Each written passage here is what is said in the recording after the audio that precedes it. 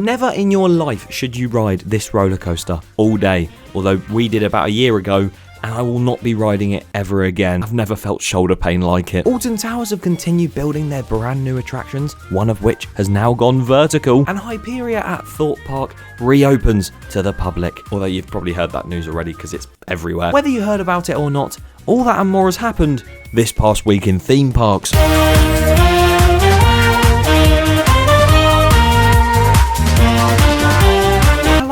Welcome back to another episode of this weekly series. I can say that now.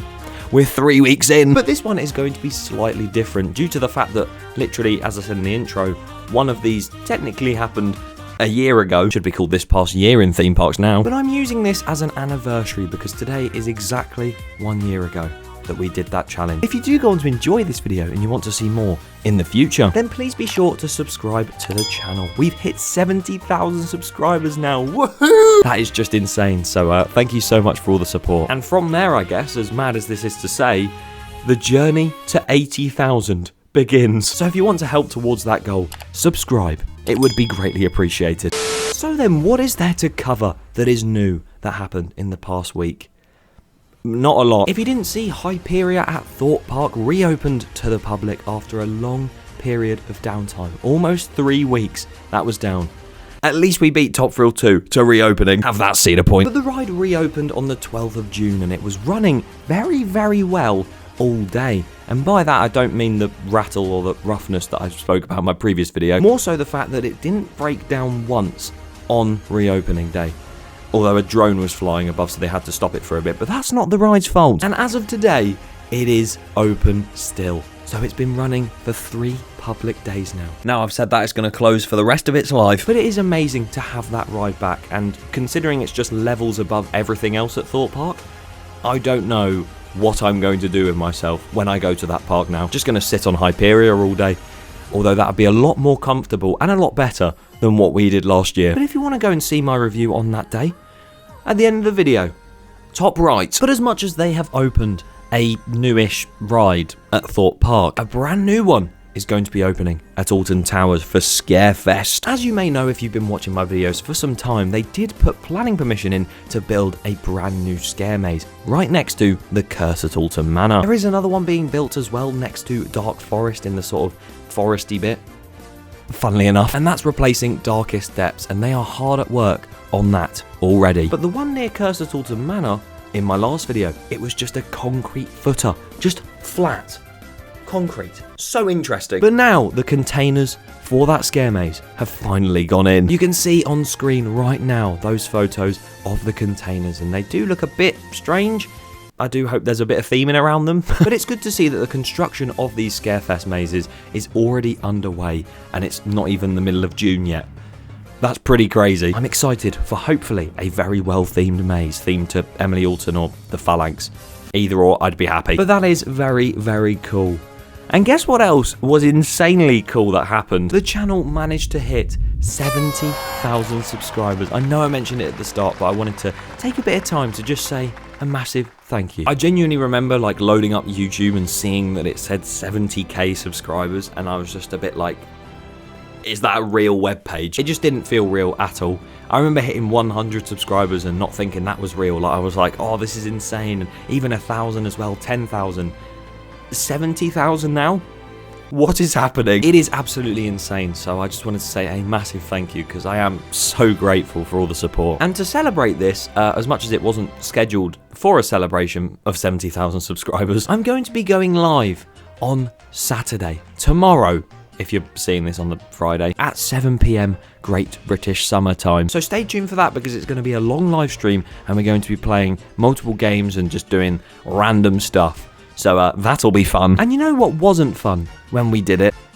This thing. Hero all day. If you don't know and you sort of didn't see the video back then, we rode Hero at Flamingo Land all day long for charity. Now obviously doing it for charity, we managed to raise an amazing amount of money. I think it was about £4,200, which is just amazing. But that doesn't take away from how painful and rough this challenge was. And I thought in this episode, to commemorate the fact it is literally a year ago today that we did it. I'll give you a rundown on more of the experience and the sort of feelings that we had about it and sort of the pain we actually went through, because we were riding that ride for about 7-8 hours that day, and it got condensed down into a 10-11 minute video. There was so much that was missed out. If you don't know, I rode Tidal Wave all day long in 2021, and that was an experience. We managed to raise a lot of money for charity, but we didn't really get on the ride too much because of how busy it was, which was a shame. So this time, I felt like we had to do it properly. I asked my good friends Sam,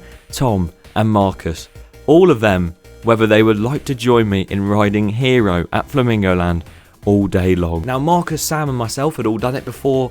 Tom had never done it before, so he didn't know what he was getting himself into. And if you don't know what Hero is, it is this thing here. It's a flying coaster, but you sit in a car of 4 people and you just get thrown about in a cage. It is not a pleasant ride. But we chose Hero because, well, it's a really painful ride, and it's one that a lot of people will do once, get off of, and never want to go near it again, as I did the first time I went on it, and then I've done it 87 times since. We got there bright and early in the morning. I barely slept the night before because I was just so tired.